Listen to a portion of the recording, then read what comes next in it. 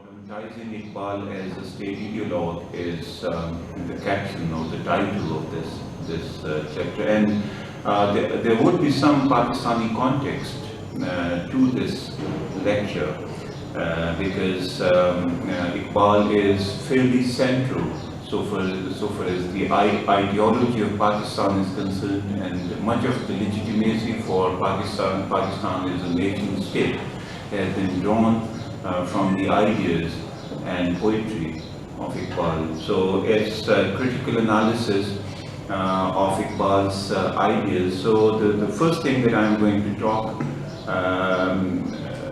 about is the personality and the centrality of personality in the historical discourse that is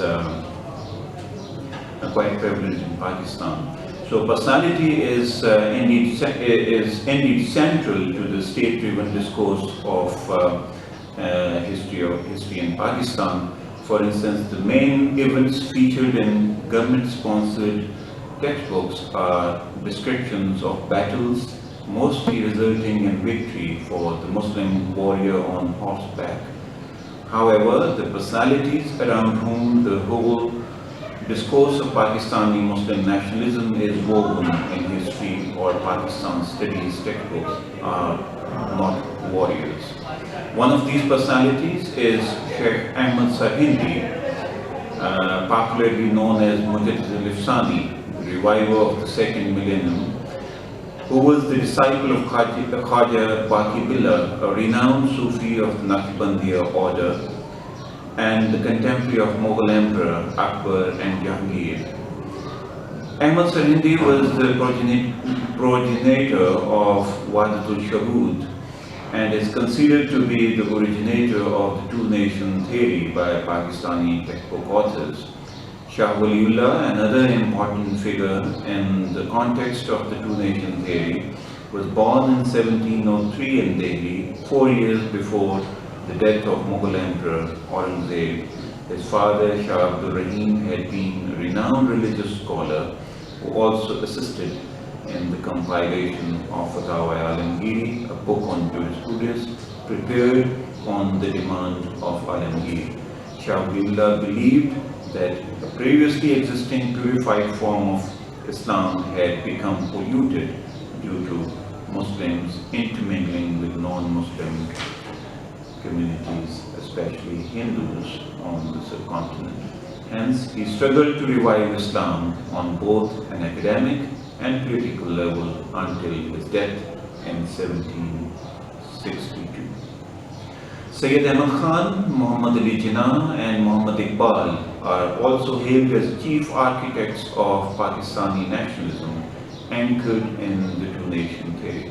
Barring Iqbal, who was a creative genius par excellence, the others can be described as reformers or politicians exhibiting a scholarly streak. Even Jinnah, although undoubtedly ranked among the top politicians of the subcontinent, being taller than most of his contemporaries, had no scholarly pretensions. Yet, whatever the differences in their orientation, approach and modus operandi, the common denominator shared by all of them and underscored in Pakistani historiography is the notion of personality embodying, so to speak, the Hegelian world spirit, which supposedly enabled them to act decisively, thereby facilitating the unfolding of the course of history. Set against this ideological background, an attempt has been made in this lecture to disengage with this personality cult and the decisive role ascribed to it in Pakistani historiography in the latter's construction of Pakistani nationalism. In doing so, the context in which the apotheosis of the personality of Iqbal was orchestrated will be explicated in further detail. At the outset, the following needs to be stated briefly. Despite the fact that Iqbal died almost a decade before Pakistan came into existence in 1947, The reverence accorded to him in the media and textbooks is matched only by Jinnah, the founder of Pakistan. Iqbal's services for bringing freedom to the Muslims of the subcontinent are lauded beyond measure. Although the quest for a separate state got underway only in the wake of the Lahore Resolution in March 1940, a couple of years after Iqbal's demise. Furthermore, his poetic and philosophical, or rather scholastic articulations and their selective employment for the advancement of particular interest groups will also be discussed. So Iqbal's emphasis on dynamism as a fundamental trait of the spirit of Muslim culture, conspicuously absent from Pakistani educational discourse, will also be given due attention. Interestingly enough, Iqbal's notion of serial time and its linear progression conjures into existence historicism, whose Eurocentric specificity calls for a critical appraisal. However, before unraveling the intricacies and ambivalences emanating from interpretations of Iqbal's vision regarding the necessity of the Muslim state and its raison d'etre, it would be worthwhile to elucidate the epistemic context in which his thought found its origin. Iqbal is virtually omnipresent in the intellectual milieu of present-day Pakistan. His Urdu poetry is the poetry most recited and referred to in the public discourse. Along with Muhammad Ali Jinnah, Iqbal is the personality most written about in Pakistan. Not only have some institutions been set up to stimulate and foster research on various dimensions of his multifaceted personality and multi-layered thought, but also a separate discipline by the name of Iqbaliyat or Iqbal Studies has been instituted in some of the country's leading universities. He is quoted by religious figures as well as by proponents of secularism, as S.M. Ikram, a famous scholar of Muslim history in the subcontinent, aptly underscores. Iqbal was a product of conflicting forces, and advanced Muslim socialists as well as reactionaries of the deepest dye can find verses in his words to support the conflicting ideologies. Iqbal is indeed a towering figure, and the hyper-real treatment has made him look even bigger. Yet, before proceeding further, it seems pertinent to shed light on Iqbal's early life and his evolution as a poet. So far as his biographical persona is concerned, born in 1877 in Sialkot to a Kashmiri family of meager means, he was from Sapro-Brahmin caste. He received his early education in his native town and then proceeded to complete his bachelor's and master degrees in philosophy at Government College, Lahore, where he came under the tutelage of Thomas Arnold, knighted in 1921. That was Thomas Arnold, who was knighted in 1921. He had shifted to Government College, Lahore from Mohammedan Anglo-Oriental College, Amir College, Aligarh. And that is about Thomas Arnold. He taught at Amir College, Aligarh, and later on he came to Government College. It was at the behest of Arnold that Iqbal went to Cambridge and subsequently to Germany for a PhD degree at Munich University. Immediately after completing his master's in philosophy, he was employed as a staff member of Government College. However, most of his time and energy was invested in pursuit of literary activities. Soon he started contributing to an Urdu literary journal, Maqsan, which provided a literary platform for so many aspiring writers and poets. Iqbal also began to read longish poems at the annual gatherings of Anjuman-e-Himayat Islam, which was a literary body for the Muslims with Lahore as its epicenter. In the first phase of the poetry writing, which ended in 1905. Iqbal composed such poems like Tasawwur-e-Dard, Picture of Grief, Naya Shiwala, The New Temple, and Trana-e-Hindi, the Indian anthem, all of which were recited at the Anjuman's annual gatherings. As the titles of these poems suggest, Iqbal's infatuation with nationalism and pantheism, or Wahdat al-Wujud, lasted until 1905.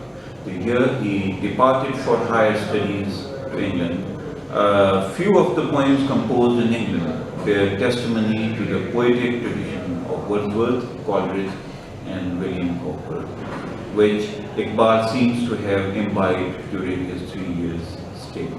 In Pakistan, this phase of Iqbal's evolution as a poet has been subjected to razor-sharp analysis by state ideology. Notwithstanding his enriching European experience, Iqbal returned to India in 1908 as a pan-Islamist and almost a Puritan. S.M. Ikram contends that Iqbal's researches into the history of Islamic mysticism, while working on his Munich thesis, The Development of Metaphysics in Persia, led him to conclude that Tasawwuf, or mysticism, had no solid historical foundation in original Islam. He was also in communication with his friend Khaja Hasan Nizami of Delhi, soliciting from him some convincing proof for the theory that Tasawwuf was an esoteric form of Islam. Consequently, he came to believe Tasawwuf to be nothing but an alien and even an unhealthy growth. His long Persian poem, Israr-e-Khudi, or Secrets of the Self, which were published in 1915, epitomized that trend, condemning Tasawwuf, or Islamic mysticism, as effete and enervating. However, his more famous poems were Shikwa, the Complaint, Shama-o-Shair, Candle and the Poet, and Jawab-e-Shikwa, Reply to the Complaint, which lament the prevalent state of Muslims as lacking in social status, economic sources, and religious spirit. After his return from Europe, he was influenced quite profoundly by Abul Kalam Azad, the editor of Al-Hilal, the religious scholar and historian Shibli Nomani, the poet and stylist Akbar Allahabadi, and Shibli's religious disciple Sayyid Suleiman Nadwi. The original version of Jawab-e-Shikwa strongly reverberated Al-Hilal's attitude in a situation which was not favorable to the tradition of the Muslims on the subcontinent. Despite Iqbal's unequivocal advocacy of pan-Islamism and opposition to Islamic mysticism, designating him a Muslim separatist is undoubtedly an overstatement. Iqbal's attitude had at best been ambivalent towards other communities, yet Iqbal's preoccupation with pan-Islamism lasted until the end of his life and can thus be regarded as a lasting influence on his poetry. एक हो मुस्लिम हरम की पासबानी के लिए नील के साहिल से लेके ताबे खाके Kashmir. That verse epitomizes the thought, which was essentially pan-Islamist. It had a very tangible ring of pan-Islamism to it. So we can see the departure of Iqbal from nationalistic to the pan-Islamist, to the pan-Islamist direction. So, unequivocal loyalty to the British is yet another aspect of Iqbal. Although he trenchantly castigated Western concepts and notions like nationalism and even democracy, he was nonetheless enamored with the British colonial government in India. The first portable instance in this regard was Iqbal's Requiem on the eve of Queen Victoria's death, in which he called the deceased Khuda ka Saya, or shadow of God. recently, a weekly Taqaze has published a detailed account of Iqbal's pro-British leanings, in which it is stated that according to Iqbal, such government is the blessing of Allah that ensures peace and tranquility for its subjects, so it must be valued. A similar opinion was expressed by Iqbal on the occasion of King George V's visit to Lahore, where his coronation ceremony, or Rasm-e-Taj Poshi, was reenacted, ironically, in the Grand Badshahi Mosque. Iqbal, who had also participated in the ceremony, had issued the following statement: "An ideal for the Muslims is not the building of an empire, but the spreading of their deen. Islam is a complete code of life." And the British government willingly permits them. In 1918, when the First World War was about to come full circle, a meeting was held in the town hall of Lahore, chaired by Sir Michael O'Dwyer, the Lieutenant Governor of the Punjab. In this public meeting, Iqbal recited a poem entitled Punjab Ka Jawab, Punjab's Reply, which was meant to persuade the Muslims of Punjab to lend unequivocal support to the British government in the war effort. Furthermore, on the occasion of the Silver Jubilee of the King of England, Herbert William Emerson, the Governor of Punjab, had instituted a fund called Silver Jubilee Fund, to which Iqbal contributed 100 rupees. This pro-colonialist dimension of Iqbal is mentioned neither in books published in state-sponsored institutes, nor in the Urdu print media, in order to promote Pakistani nationalism by instrumentalizing Iqbal. Objectivity is being sacrificed at the altar of expediency. Iqbal, the upholder of tradition, is yet another dimension which must be looked at in an incisive manner. Among the multiple responses of South Asian Muslims to the political downfall of the Mughals, one particular response was that of Iqbal, who was confronted with the following scenario at the turn of the century. The Muslim Renaissance represented the point of commonality among the proponents of the reform movements which sprang up in the last quarter of the 19th century. Scriptural Islam of Deoband and Ahl Hadith, with text as its centrality, was the center. Centrality of text was emphasized as against orality. Devotional Islam of the Brailwis, spearheaded by Ahmad Raza Khan, and modernist Islam, whose main exponent was Sayyid Ahmad Khan, had their own recipes for bringing about a complete world-force among South Asian Muslims. In addition to these trends, the movement of pan-Islamism propounded by non-Indian Muslim Jamaluddin Afghani had also drawn substantial support from Indian Muslims. The Deobandi version of Islam laid emphasis on adherence to the scriptures, namely the Quran, Hadith and Fiqh.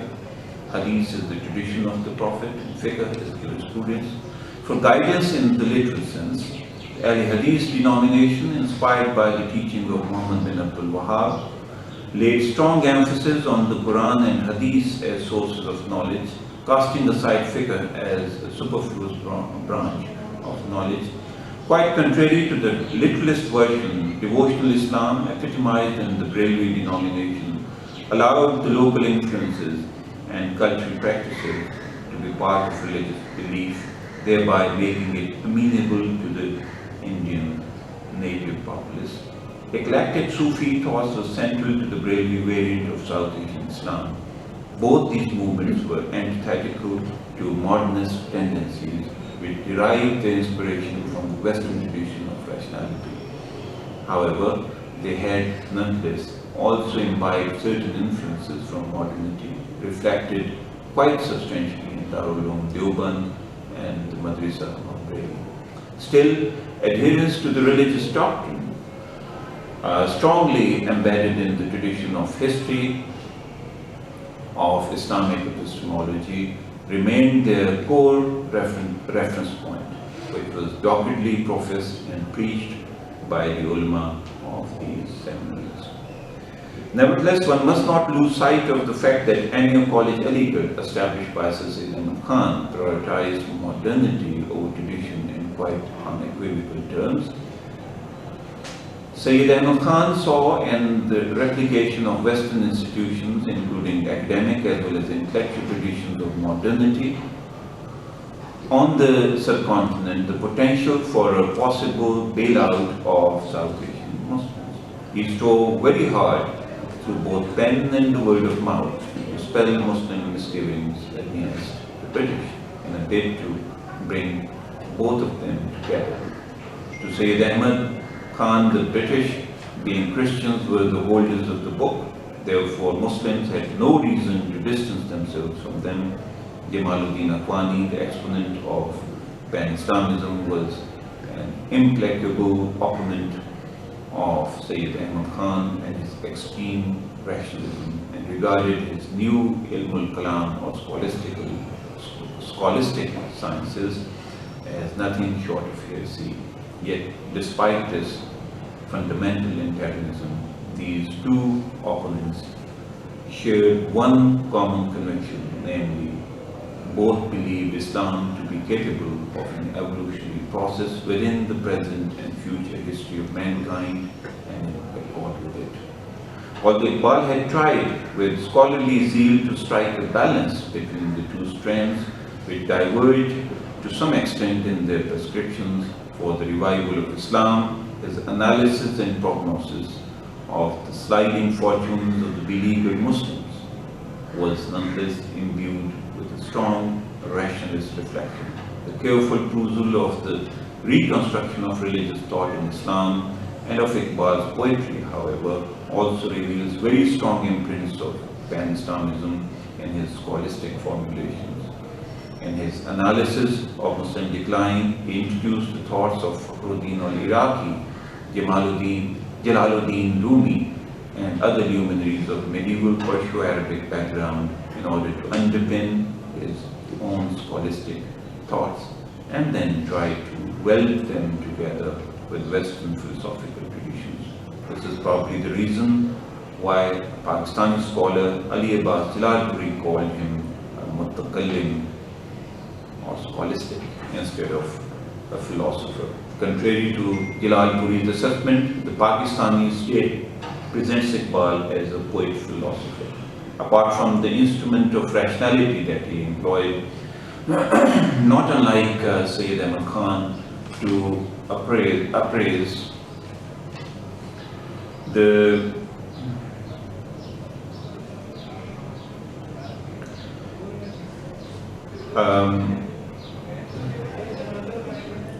state of contemporary Muslims, Iqbal did not overlook Jamaluddin Akhwani either. On the one hand, he lamented the deplorable plight of the Indian Muslims, and on the other hand, the whole Muslim community, Ummah, was his reference point, thus partaking in Pan-Islamism of Jamaluddin Akhwani. With the aid of modernist tools of analysis, he aimed to understand the value of tradition that did not correspond to the reigning political and social dispensation, with the primary aim of rejuvenating it. In this respect, Sayyid Ahmad Khan and Iqbal were both mutakallimin, or scholastics, and upholders of tradition. Thus, branding both of them as modernists seems a misnomer.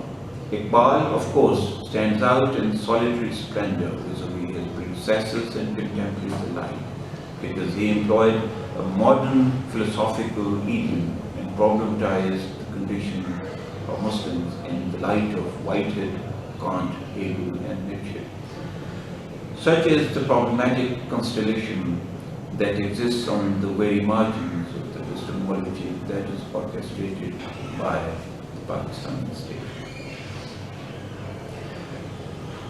So then we move on to the misplaced emphasis on Iqbal's contribution to politics. In Pakistan, Iqbal's preeminence rests, apart from his poetry, and the contributions he supposedly made in the realm of politics, which unfortunately was not his field of expertise, to say the least. And much famed political biography of Iqbal by Ashik Hussain Batalvi, Iqbal Ke Aakhri Do Saal, the last 2 years of Iqbal. Batalvi talks much more about Iqbal's contemporary and one-time close friend at Government College Lahore, Sir Fazl Hussain, and the evolution of the Unionist Party, of whom later was the founder. Ironically, in the book whose title explicitly carries the name of Iqbal, this national hero does not really figure very prominently, and scarcely anything is mentioned about his contribution as a politician. While giving a detailed description of the political circumstances in Punjab in the 1920s and 1930s, Batalvi does not even refer to Iqbal's supposed enthusiasm about a separate state for the Muslims. And yet, paradoxically, Iqbal is hailed as a progenitor of the idea of Pakistan. It should, however, be stressed that this opinion was projected by the state much after it came into being. Zahid Chaudhry's historical reading of the text of Iqbal's Allahabad address of 1930 suggests something quite different from the common perception prevailing among the people of Pakistan. Chaudhry contends that it was Lala Lajpat Rai of Hindu fundamentalist organization Arya Samaj who propounded the scheme of India's partition in 1926 so that peace and tranquility could be ensured in the region. Even Pakistani historian Khurshid Kamal Aziz, in his very important book by the title of The Making of Pakistan, or History of the Idea of Pakistan, that's a voluminous book, in which he also gives a detail of how the evolution of this idea of separate state for the Muslims, and it was brought to the fore, and its genesis has been discussed in detail by Khurshid Kamal also. So Chaudhry substantiates his contention by reproducing a letter of Iqbal written to Edward John Thompson, a professor at University of Oxford, in the 5th volume of his voluminous Pakistan Ki Siyasi Tarikh, or political history of Pakistan. Iqbal in this letter, dated March 4th, 1934, clearly stated, "You call me a protagonist of the scheme called Pakistan. Now Pakistan is not my scheme. The one that I suggested in my address is the creation of a Muslim province, a province having an overwhelming population of Muslims in the northwest of India. This new province will be, according to my scheme, a part of the proposed Indian Federation." This is the same point that Iqbal had advanced in his thought-provoking Allahabad address, in which he stated that address was delivered in 1930. The units of Indian society are not territorial as in European countries. India is a continent of human groups belonging to different races, speaking different languages and professing different religions. Their behavior is not at all determined by a common race consciousness.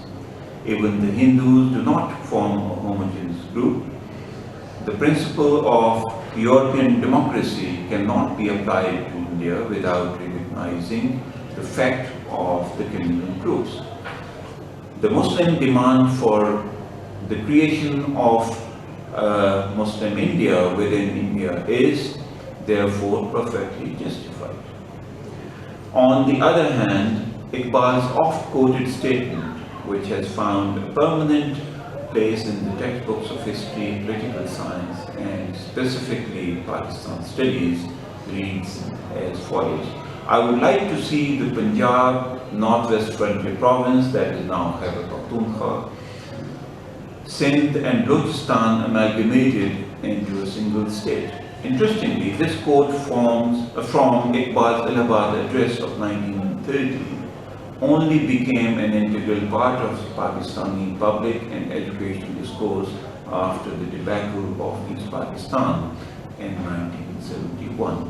Iqbal's projection as the progenitor of the idea of a separate state for Indian Muslims received wider currency only subsequent to the East Pakistan tragedy, because he precluded Bengal from his scheme for the proposed territorial readjustment in the northwestern part of the Indian subcontinent.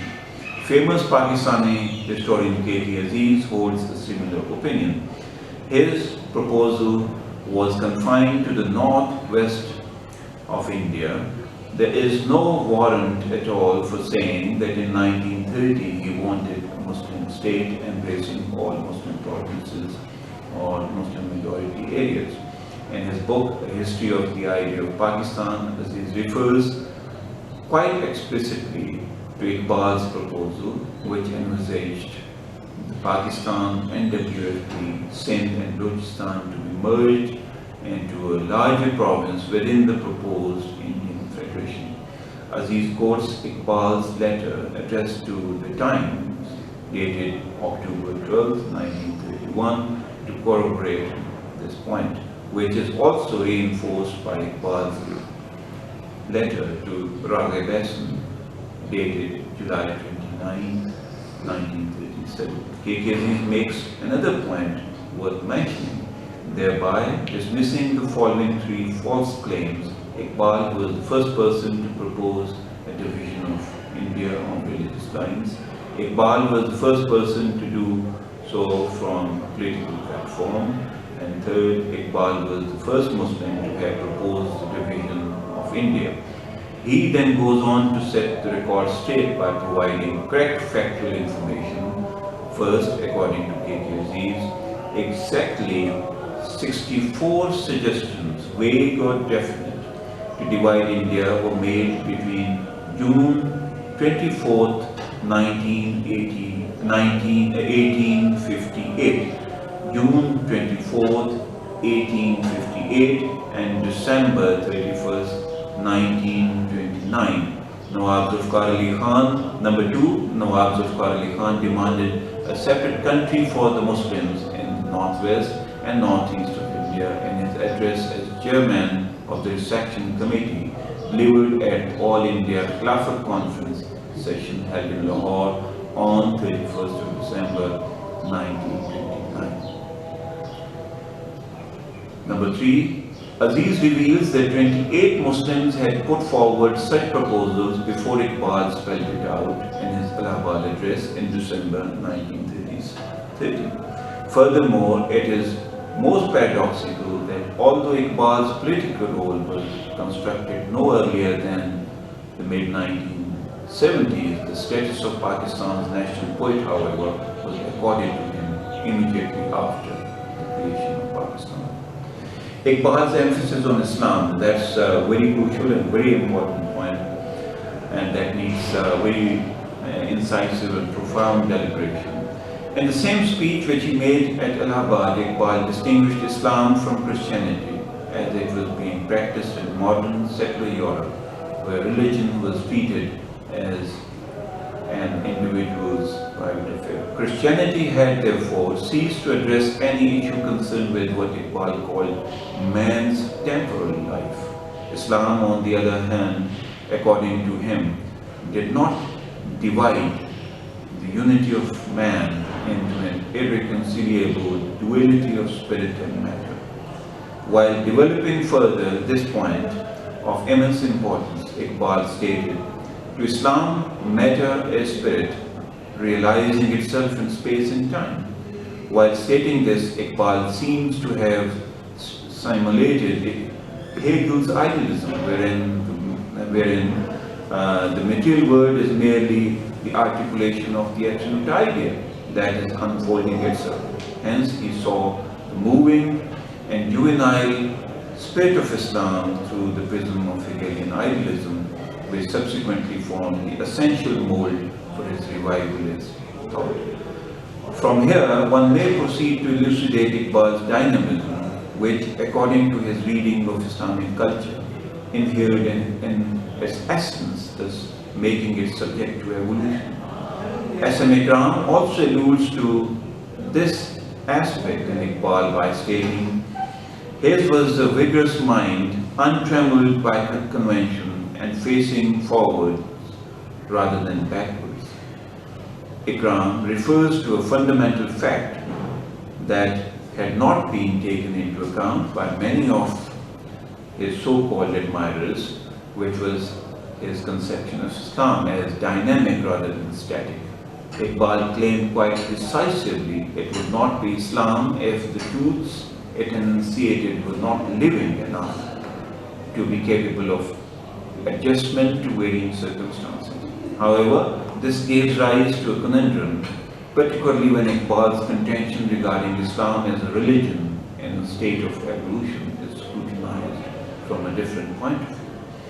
One can contend that an ideology passing through stages of evolution is moving towards this final stage of completion, which implies that the ideology is yet to evolve to the full and therefore is incomplete. In other words, the ideology has not yet reached its final ideal stage where it may realize its optimum potentiality. That stage obviously lying in the future. In this analogy, if this analogy is contingent, then Islam as an ideology that has a capacity to evolve comes under the operational purview of serial time.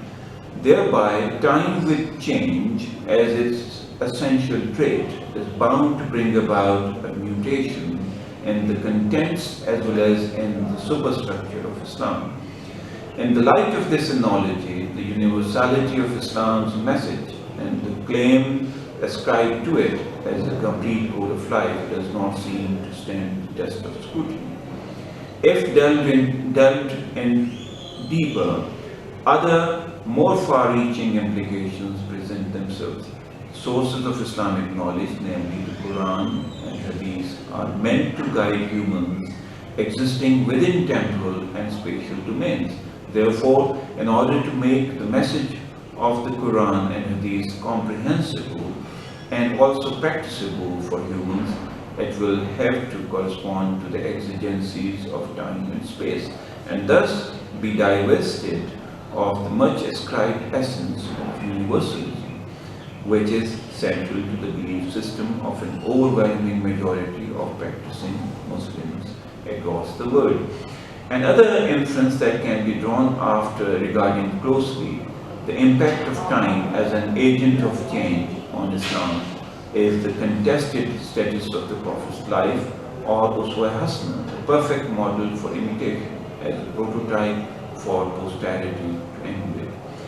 Yet another point that begs consideration is concerned with the dichotomy between ideology and civilization, with particular reference to their respective locales. Islam as an ideology has Hijaz, or the Muslim holy places in Saudi Arabia, as its point of origin, and even its claim to universality cannot deny Islam as cultural peculiarity, which is essentially Arabic. Additionally, it has a Semitic character, which it has in common with Judaism and Christianity. However, Islam, monolithic and monotheistic at its core, when pervading the polytheistic and culturally plural terrain of South Asia, was not able to hold its own. The influences it was exposed to in South Asia not only changed its form, but also renegotiated